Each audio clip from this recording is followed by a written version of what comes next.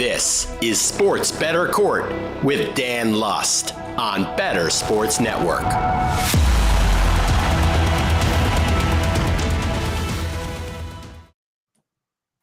Welcome back to the Sports Bettor Court. My name is Dan Lust. As you can see, my fancy title here, the Honorable Dan Lust. Not a real judge in real life, but we play one on TV. As you know, on the show, we span the wide world of sports and law to give you the most intriguing stories in that section. And then we bring in the bettors and we talk about the odds. The biggest story in sports tends to have a legal story more often than not. Let's go to the hardwood. The NBA, the biggest story right now is Dame Lillard being traded to the Milwaukee Bucks. Now, maybe our NFL fans are not thinking about NBA, but this is an interesting story about tampering and maybe asking for forgiveness and not permission. Dame Lillard, once upon a time at the beginning of free agency, made an announcement. He made a demand for a trade, and the rumors were that he only wanted to be traded to one team. That was the Miami Heat, the team that made a run all the way right on the door of the NBA Finals. Now, the question is here, right? Was Dame Lillard in his right to demand a trade to one team and only one team? Well, according to the NBA, he was not allowed to do that. Dame Lillard and his agent were admonished by the NBA back in July 28th, for calling teams and allegedly saying that Dame Lillard will not play for the team. He will not play if they trade for him. And essentially setting up, right? It's not saying I will not go to any other team other than Miami, but you might trade for me. You might give up draft capital. You might give up star players, all-stars, players of the caliber of Drew Holiday that were traded in this deal. But I'm not going to play for you. A little bit of, how shall we say, a James Harden fat suit situation, maybe something along those lines. But is that okay for a player to do that? If you're under contract with a team, can you just not play for them? What ramifications do you have for that? Now, certainly we've seen that in NFL circles over the past couple of years, right?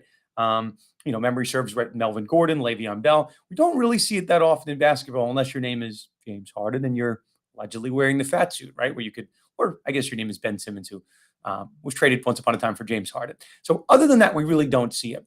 Now, Dame Lillard very publicly, right, made these announcements. Miami, he has Miami in the music in his background when he's going on Instagram Live. Dame Lillard, though, as we sit here on September 27th, is not traded to Miami. He's traded to Milwaukee. It's very interesting, right? Now, Dan, what's the legal concept here? Is it just tampering? Like we hear about tampering all the time. Does tampering really matter? Who's telling us we should pay attention to tampering? Who's telling us we should pay attention to holdout questions, right? None other than Jimmy Butler. Jimmy Butler on his Instagram Live popped up today. You have NBA fans and NBA players talking about this trade. Some players throwing up emojis. Jimmy Butler on a 10-second kind of mic drop on Instagram says, the NBA has to look into the Milwaukee Bucks for tampering. He goes, you're not hearing it from me. I'm hearing it from other people. I'm just relaying it. Jimmy Butler is saying that the NBA should look into tampering regarding a trade. Now, the biggest trade we've seen in a couple of years for Dame Lillard, a blockbuster 3-team trade involving the Phoenix Suns, Milwaukee Bucks, and of course, Portland Trail Blazers. Now, while that's pending, right, we have draft capital, we have players moving, we have the lives of probably give or take 7 to 8 NBA players that are all hung up in this question of was there tampering involved? Now, we have seen trades, transactions rescinded in the past for tampering, for illegal maneuvers. The Milwaukee Bucks come to mind not so long ago. But as we sit here today, right, we're recording this right around 6 o'clock on Thursday night. Jimmy Butler is saying, hold on, flag on the play. We got to review it. So listen, we have big stories in the law. Sometimes people get annoyed that the lawyer's involved, but that's what we do here. We have to obey the letter of the law, right? There's black, there's white, there's rules. And rules, as we know as lawyers, are not meant to be broken. So everyone in the court of sports law and the court of real law is innocent until proven guilty. But Jimmy Butler is very much saying, flag on the play here. Somehow he has not ended up with the Miami Heat. That's the only team he wanted to go to. What happened? What conversations were made? And remember, right, you have an allegation of tampering, as my New York Knicks once learned not so long ago. You lose a draft pick very quickly, and maybe this whole trade gets rescinded. So everybody hold your futures bets. Don't go rush to bet on the Bucks over 52.5 wins. Don't go rush to bet the Bucks plus 750 to win the NBA title. Well, I think that line is dropping as we speak. But hold your horses. Let's just wait and see. Innocent until proven guilty. But, yes, again, flag on the play. That'll do it for Lust for Law on the show. We have some great litigants in the courtroom tonight. We got 2 NFL bets. And the bet of the day, the one that I'm going to ask you to spend your money on, is the focus of our Lust for Law. Will the Milwaukee Bucks win the NBA title? Always good to put your futures bets in ahead of time and ride that wave as those late bettors get into action. NBA season doesn't start till October 22nd, but we're here looking for good bets for you for the NBA season and also obviously the NFL season. With that said, when we come back from break, we'll welcome the litigants into the courtroom for another episode of the Sports Bettor Court. Stay tuned. I like to eat my feelings. So when I'm like super sad, single serving pint sizes of Ben and Jerry's, I just start shoveling that in, and it makes me feel bigger and better. But so let's eat our feelings here. What we're gonna do today is we're gonna talk football players, food. We're gonna pair them up. Who is represented by what food? All right, I want to just shout out Hal Alexander in there for CMC, Christian McCaffrey, is Rocky Road ice cream. A little bit of everything. Yeah, that's a good one, Hal. I like it, man. You know it. I love me some Rocky Road ice cream. Bijan Robinson prime rib. You know what? Bijan Robinson prime rib with a baked potato and some cream spinach on the side. That's what I'm talking about. That is the King's dinner. And Bijan Robinson, I don't care if the dude from the Athletics says only 301, touches. You know what? In honor of Card Sharks, I'm going to say, guys, that I think that number is going to be a little bit higher there for Bijan Robinson. So get your knife, get your fork, you got your steak, you got your Bijan. Yeah, that's what's up. You're on death row, and they say you get one last meal, and you just say Bijan Robinson. Bijan Robinson. Yeah, I'm totally down with that. Love it. I got to jump in on one real quick because Mr. Scamper said Kareem Hunt is candy corn, and I actually had a player, Tyler Boyd, was going to be candy corn for me, and basically it's that nobody likes it, but it's always there. It's always there, and somebody always puts their hand in and grabs some and has some, and they're like, well, and afterwards they're like, why did I eat that? That's Tyler Boyd. He always gets drafted, and he's just kind of there, and nobody knows why. Nobody knows why they take him. Nobody knows where it comes from. Where does the candy corn even come from? Like, it's just there. It's just there. Sports Bettor Court is now in session. It's time for tonight's litigants. First, Aaron Torres. Aaron hosts a national college football recap show from 11 p.m. to 2 a.m. Eastern on Saturdays for Fox Sports Radio. He also hosts the Aaron Torres podcast. Follow Aaron on Twitter /X at Aaron_Torres. Next. Thank you, Judge Lust. No.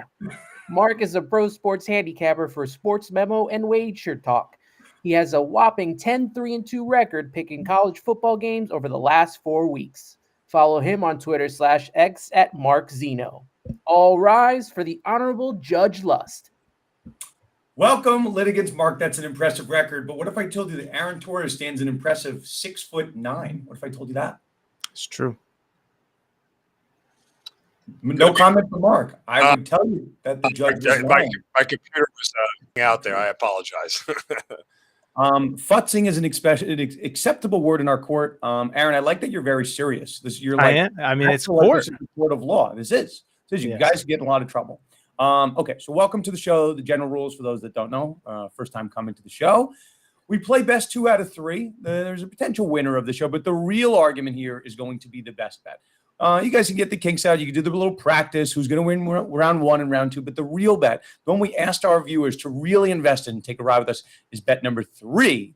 It's going to be the Milwaukee Bucks futures bet. Now, as we go there, I just want you to work this out. Round 1, we're going to talk about some NFL bet. Round 2, we're going to talk about some NFL bets again. The treat of the day is going to be the NBA bet. Okay. Aaron, I know you're a hoops guy. Mark, are you a hoops guy too, or just an NFL guy? I saw that college football bet. That's impressive, but it's not going to help you today if we're talking about the NFL. No, we're good with NBA and college hoops as well. So now, what's your record in NFL bets? That's the real question. Don't lie to the judge. Not as good as college. Okay, very important. Okay, that'll take us to case number 1. Just full disclosure, right? I got my mini Buffalo Bills helmet. Judge Lust over here is a Buffalo Bills fan. Go Bills.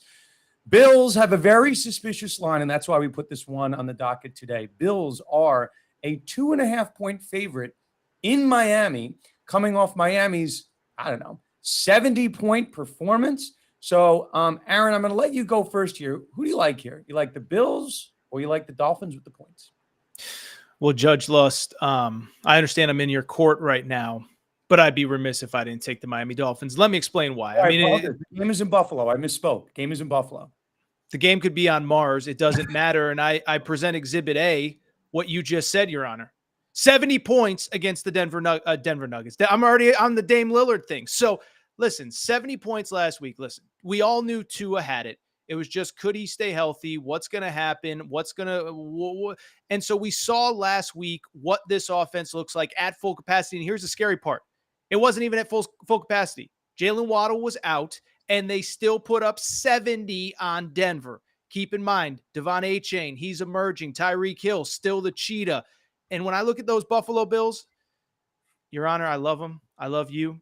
But can we stop pretending like the Las Vegas Raiders and Washington Commanders are real football teams? Are the Little Sisters of the Poor on the docket next week, Your Honor? I'm sorry. I understood. And we might have to investigate Tyreek Hill for some comments he made this week, but we'll save that for now. Mark, he's got a lot of free time. He's going to sit out the fourth quarter in this one because they're going to be up so good. But go ahead. I continue, Your Honor. I'm sorry. He's got to stay off of camera if you're insinuating what I'm talking about with Tyreek Hill, but we'll put that on the side for now. Mark, I gather you're on the Bills here, the Bills bandwagon? Well, it's not a bandwagon. They're the better team. I mean, there isn't really a debate here on as far as the completeness of this team. The Bills defense continues to be underrated. That's number one. Go ahead and stand up against them and let me know how well you do. This is a team right now that has the best safety tandem in the league. They're healthy again. They can get after the quarterback. It doesn't matter that they played Las Vegas and Washington. What matters is that the fact that they are able to get to the quarterback and prevent teams from throwing the ball very well. On the flip side of this thing, not to shock anybody here, but the Bills have the better quarterback here by a wide margin.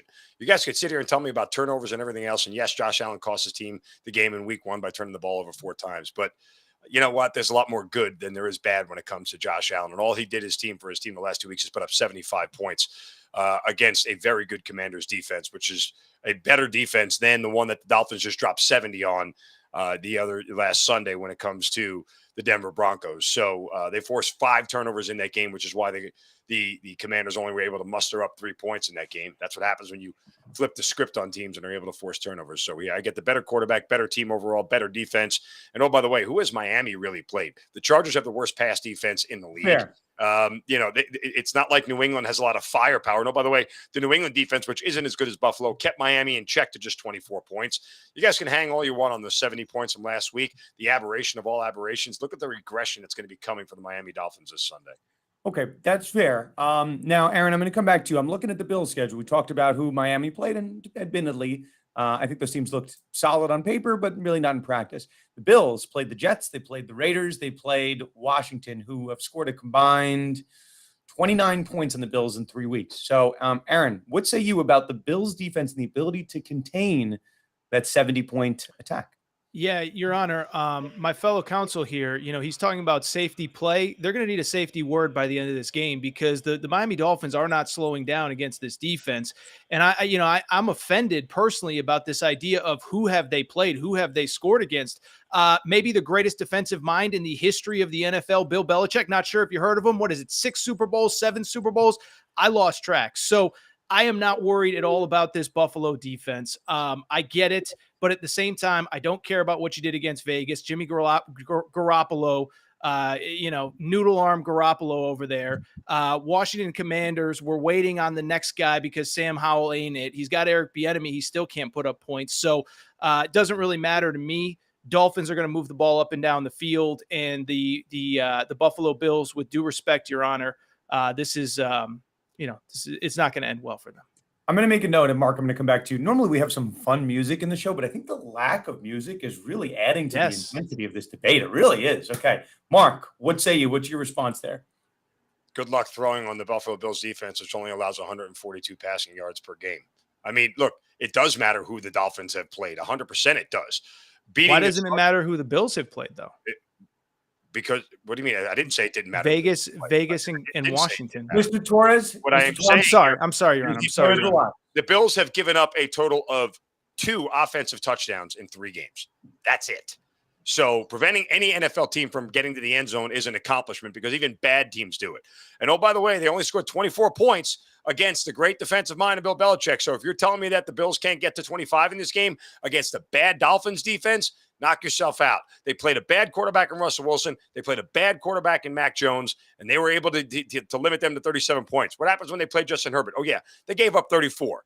So the Bills defense will do more than enough to keep the Dolphins below 30, and the Bills will get to 30 in this game. They win and cover easily. Mr. Torres, brief rebuttal. I think I'm getting ready to rule here. Aaron, you got anything else? I don't really know what else there is to say. I mean, listen, we can sit here and haggle over this, over that. Sam Howell, listen, Jimmy Garoppolo's got a noodle arm. I can throw the ball further than he can at this point. Sam Howell's going to be out of the league in 18 months, or he should be the Jets' backup right now. The Jets need a backup. They need a guy for Aaron Rodgers because Zach Wilson isn't the answer. That's where Sam Howell should be. He's not an NFL starter. So to me, to sit there and say, who have the Dolphins been able to move the ball against? Who have the Buffalo Bills been able to move the ball against? Because we all saw that Monday night game. We all saw Josh Allen's turnovers. Have a top 10 pass defense in the NFL. That's the way it was last year. That's the way it is this year. So he was able to move the ball against one of the elite pass defenses in the league. Okay, I'm going to jump in here. I'm sensing this is very heated, which is great. It's fantastic. No music. I'm looking at the Miami Dolphins schedule. Everyone's going to put a lot of weight into that 70-point performance. And maybe as a Bills fan, I'm a little concerned with it. But they beat the winless, I guess they got to win there. They got to win against the hopeless Vikings. But 36-34 week one. And the Patriots 24-17 Miami Dolphins. And the Patriots could barely beat the Jets. Now, I think that we're going to see is history's going to relay that the Bills' performance in week one was the outlier. And I think the spread would be a little bit different, maybe even higher, right? If we didn't see the 70-point performance, which public is reacting to. Listen, as a Bills fan, I'm nervous, but I got to write. I've honestly, as a Bills fan, I bet against the Bills on this show, on other platforms, 3 weeks in a row. I bet again for the Bills. I lost week one. I'm going to ride with the Bills this week, Mark. I'm going to give you round one. And Aaron, sometimes you got to know the judge, right? Sometimes you got to know that the judge has a mini Buffalo Bills helmet in his office, and you can give me facts, you can give me schedules, and give me top 10 defenses. Sometimes I'm just going to roll with my heart here. The judge is always right. Aaron, you look very serious. You look offended. Before I came to court, I had to put my hand on the Bible and swear to tell the whole truth and nothing but the truth. So I can make up facts. You're not required to do that. This is not a religious show. There's no swearing on our show. Okay, so I'm not under oath. I'm not in perjury, whatever they say, under potential perjury. Well, fun fact, right? You guys are kind of acting like a little bit like the lawyers, but this is when people go and they do their closing arguments in front of the juries, what you can kind of say if you want to be kind of a dick to the opposing counsel, you say, listen, the witnesses are sworn under oath, but the lawyers, they can lie. They're not sworn to oath. So you guys here are not the witnesses. You guys are just the lawyers. You're kind of like the experts for our sake. So, I don't know if I'm breaking code here, but you guys kind of can lie on the show. Don't lie about facts and research, but whatever you need to know. And listen, know that the judge is partial to the Buffalo Bills. Okay, let's take a break there. Number one, Aaron, you are taking the L on the first one. Mark, you get that. 1-0. Okay. Before we move on further, a little bit of business. Start a 7-day free trial of Fantasy Alarm's All-Pro subscription today and get DFS content and NFL picks for all of week 4. It's coming up. We got a game in 24 hours. Go to fantasyalarm.com/win. Okay. Moving on to bet number 2. Mark, true or false? You said you were better at picking college than you were at picking the NFL. That is true. Aaron, this is going to be pretty dangerous for you. You just won week 1. I'm nervous. Okay. Let us move over to the Saturdays. We'll move over to college football. I think the talk of the town, right? We're talking a little bit about Pac-12 football, which is kind of sad. Aaron, I know you're a West Coast guy. Pac-12 is going to cease to exist. A lot of attention being paid to Pac-12 football. We got Washington. We got Oregon. We got USC. We got to talk some Heisman here. Here's the question. Aaron, I'll let you lead it off. Who do you have to win the Heisman Trophy? We are now 4 weeks into the college football season. Who you got? I don't know that I have a definitive winner. I know who will not win, though, and that is the reigning Heisman Trophy winner, Caleb Williams. Listen, I was on air doing radio during the Arizona State game last week. Caleb Williams was incredible. 5 touchdown passes, if I'm not mistaken. Arizona State is terrible. And scarily, it looked very much like the USC of last year, where Caleb Williams very much carried his team week after week after week, which was what allowed him to win the Heisman Trophy besides being phenomenal. The unfortunate part for Caleb Williams, that defense, things are not going to get easier. We see the odds there provided by Caesar Sportsbook. Bo Nix is in the mix. Well, guess who's still on the schedule for USC? Bo Nix in Oregon. Michael Penix right now is the leader in the clubhouse, it appears, in the betting markets. Michael Penix is still on the schedule. He comes to the LA Coliseum in November. You still have a road trip to Notre Dame to play Sam Hartman, who is obviously playing very well despite the loss last week to Ohio State as well. So I love Caleb Williams. I do live in what is currently Pac-12 country. A year from now, I'll be smack dab in the middle of Big Ten country. So excited for that. But unfortunately, with due respect to Caleb Williams, who I know will be debating next year in the NFL, he is not winning a second straight Heisman Trophy. Okay. I don't know if that's a pick as much as it is like not a pick, but okay, I'll take it. Anthony, you might in the background have to find us a Caleb Williams versus the field bet. But Mark, who do you got on the other side here? Do you have Caleb Williams? No, Michael Penix, it's his award to lose at this point in time, and it might be lost next week when Oregon and Washington link up horns at Husky Stadium in Seattle. So, unfortunately for things like Caleb Williams, how far you go, even though it's a regular season award, the teams that make the college football playoff always seem to get a little bit more love when it comes to the Heisman voting if their players are there. And I'm with Aaron in the sense that USC's defense is alarming at this point in time, alarmingly bad. Arizona State is barely a Power 5 program at this point in time. I know Drew Pine used to be a Notre Dame quarterback and is a lot better than Jaden Rashada, who was their freshman who was starting.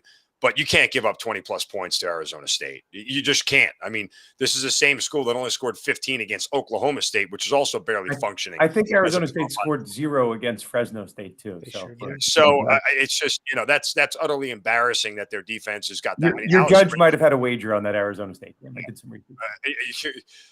Alex Grinch might be out of a job by the end of this season when it's all said and done, the DC of USC. But I won't go off on Michael Penix simply because until I find a team that can keep up with Washington, until I find a team that can score as quickly as Washington can, Michael Penix Jr.'s numbers are going to continue to be extremely gaudy. And every time he's in a game where he's up 14-0 before you can even go to the toilet and take a bathroom break in a college game, it's always going to be in his favor. Okay, Mark, we're going to take a little bit of a curveball. So, Aaron, you have not Caleb Williams. Of the other, let's say the top 5 guys on the board, Penix at plus 360, with Quinn Ewers at 6-1, Nix at 10-1, Jordan Travis at 12-1. Which of those do you find juicy, or do you like Penix? I understand the excitement for Michael Penix. I will say, just to be a little bit different here, I will go with Bo Nix at 10-1. The reason being, I think Oregon's the more complete football team, as my co-counsel here said. These two teams. He's not your co-counsel. I'm not. Listen, I thought I wasn't under oath here, so I could just say whatever I wanted whenever I wanted it. I'm sorry, I'm confused by the rules of this court, Your Honor. But my constituent here, he brings up the good point. He's not your constituent. You're not running for office. Okay, Aaron, I'll give you lessons later. Go ahead. Stop using fancy words.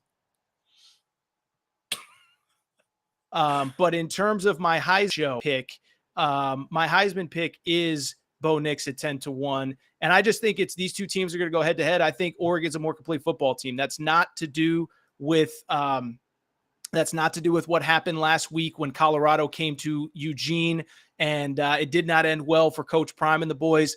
Listen, Oregon, multiple top 10 recruiting classes, killed it in the portal. They've fixed that defense. The skill position guys are as good as any. And Bo Nix is the face of that team right now. So Oregon, I don't want to say the schedule is manageable because they do have to go to Washington in a few weeks, but they'll get USC at home later in the year. And Bo Nix, to me, is the face of that program. And because of it, Bo Nix at 10-1 would be my pick.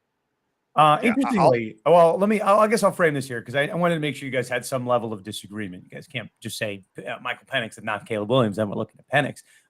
It looks like the Heisman Trophy is going to run through the Pac-12. So then you can have a situation where USC is going to play Oregon and Washington's going to play Oregon, and you're going to have to battle this out. I'm going to come back to you, Mark, to kind of get the final word here. I'm leaning a little bit. I know Aaron, I kind of forced this out of him to give me a pick, but I was hoping one of you would take Bo Nix. I watched the majority of that thrashing of Colorado and Prime. And I look at a coach, Dan Lanning, who's not afraid to run up the score, not afraid. And, I don't know, people, it's not that long ago, there were billboards in my hometown of New York City advertising Bo Nix. And Oregon and Bo Nix have done nothing to dissuade voters at this point. So, Mark, how about this? Take me off the scent of Bo Nix. I don't want to hear about Michael Penix. Obviously, Michael Penix is the favorite right now. But tell me why Bo Nix is not going to win the award. Well, Bo Nix should have gotten Heisman votes last year, and he didn't because his season was that good. The reason he won't win it is because his team has a very good chance to lose 3 games before the end of the year. And once that happens, it sort of takes the luster off how well your quarterback is played. Luster. That's a good word. I like that word. Same reason why I would give a better chance at Caleb Williams winning this award again than Quinn Ewers. Quinn Ewers has no shot to win the Heisman.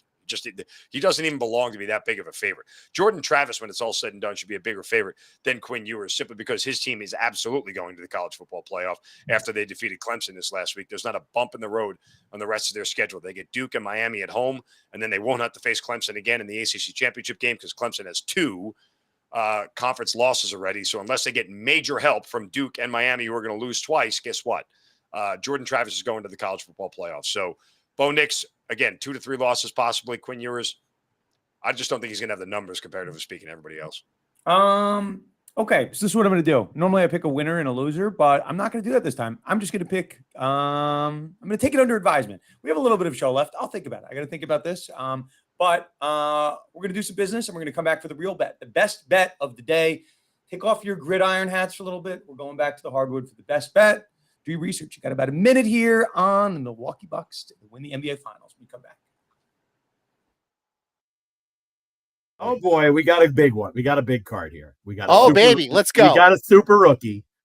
Ooh. Do you guys want to guess who the big card super rookie is? Because I'm going to guess somebody from the Dallas Cowboys, but I don't recall who were rookies in those particular years. So I'm going to guess Michael Irvin. Adam? Jared kind of convinced me to go Troy Aikman there. I'm going to read the description. In this player's NFL debut, September 10th, 1989, he produced an electrifying 68-yard punt return for a touchdown. Sanders. He became the first athlete in the 20th century to hit a home run, September 5th, 1989, for the Yankees at Seattle, and score a touchdown in the same week. That needs a sleeve. That one needs a sleeve. Top 100%. super rookie, neon, prime time, Deion Sanders. I wasn't that far off. He played for the Cowboys. I was going to say Deion, and then when you said the early 90s Cowboys, I'm like, oh, Aikman would be a good guess. So I go with your gut is the lesson there. And there it is, the white and red Falcon jerseys that you said Deion came in with before they changed to black. That was because the starting lineup for Deion his rookie year has got the red helmet with the white jersey. Now look at that do. I mean, are you kidding me with that hair? I mean, you got to have a headband with those curls. You got to. That is sick. And this is a favorite card. Do we have any value on this card? We have to, right? Let me see. Give me a value here. Let's see here on eBay. PSA 10 gem mint Deion Sanders, $149.99. And then a 9.5 is $6. So that guy might be a little bit. Then there's a much more reasonably listed one at $31 for a PSA 10. So it's got some value to it. Yeah, you might want to protect that one. It's in excellent condition. I guess we have to worry about, is it centered? Yes, that would be the next thing. All right, well, we'll go through the process there. Maybe I'll just frame that one as a great moment in this show's history.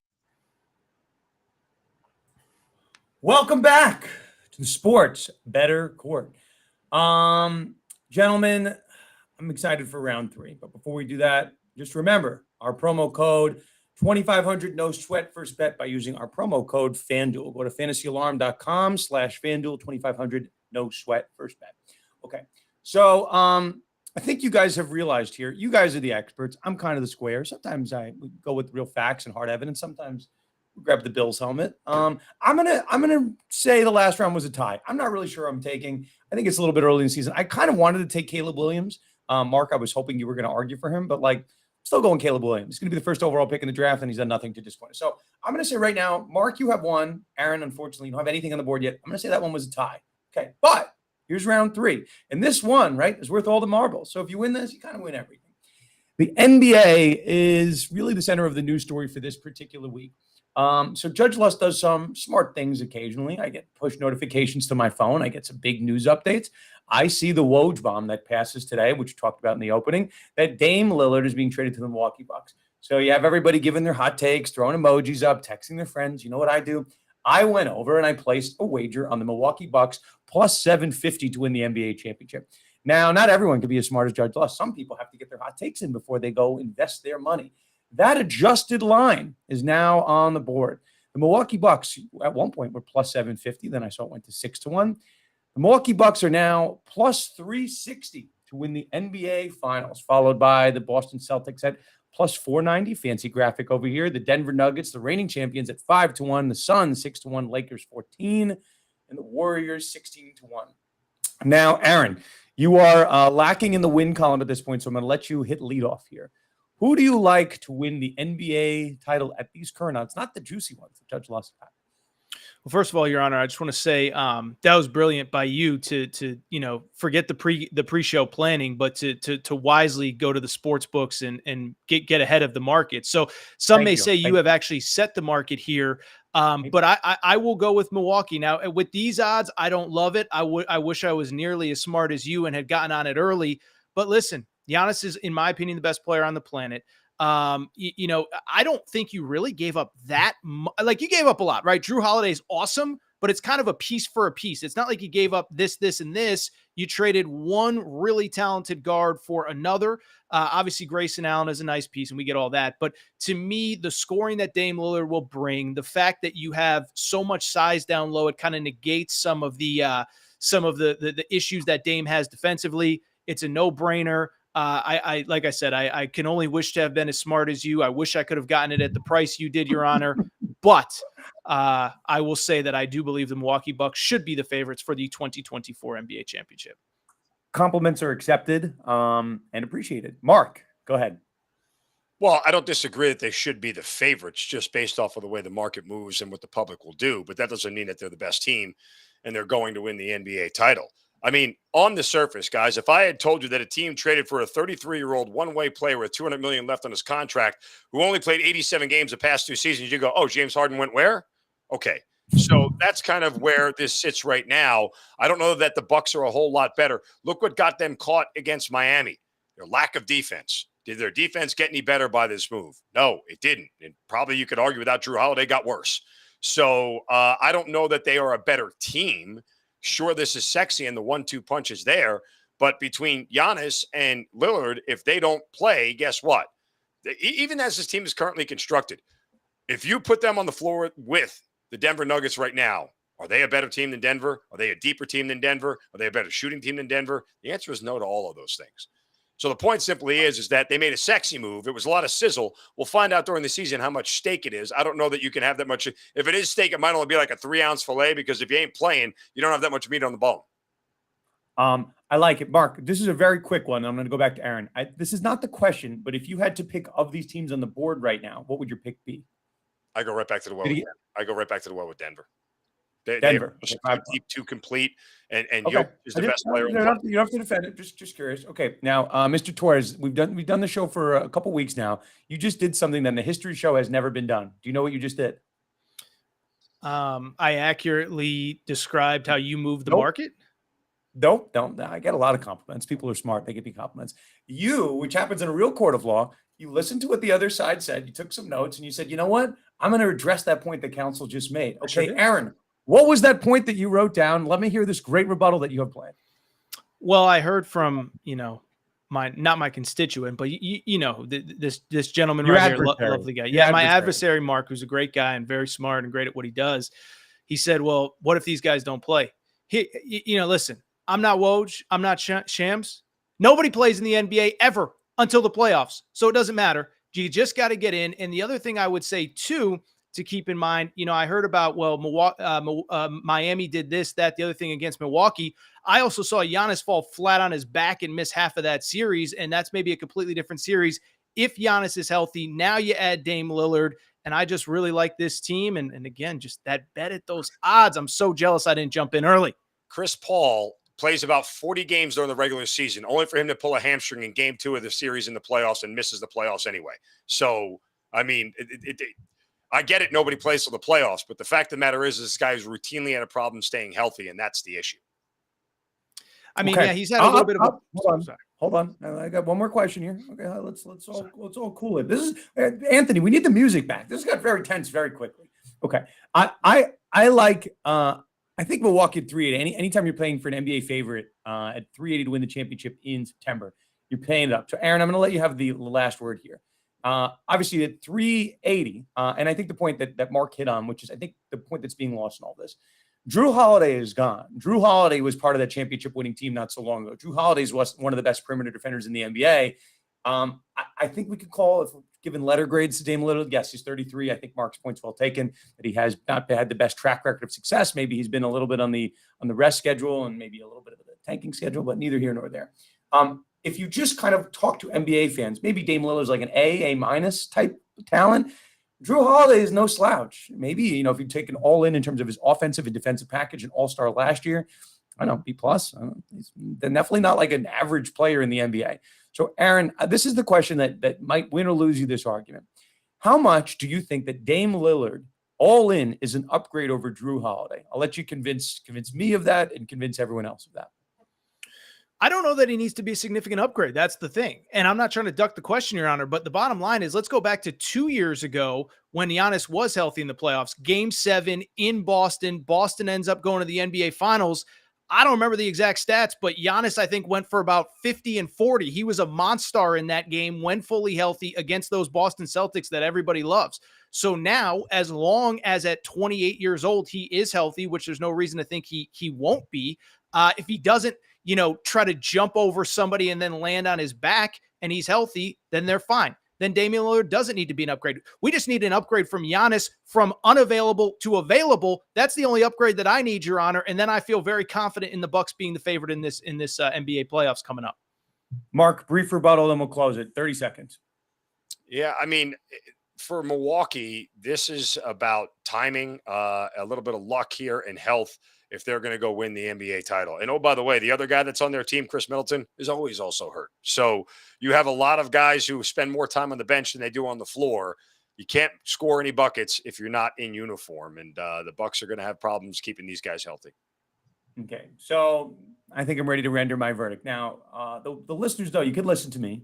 Our litigants made some great arguments, and I will say, I feel like the quality of the arguments here was very good. Anthony, we might have to turn off the music. I know it was a little intense, but sometimes the pressure's on, the best bets come out.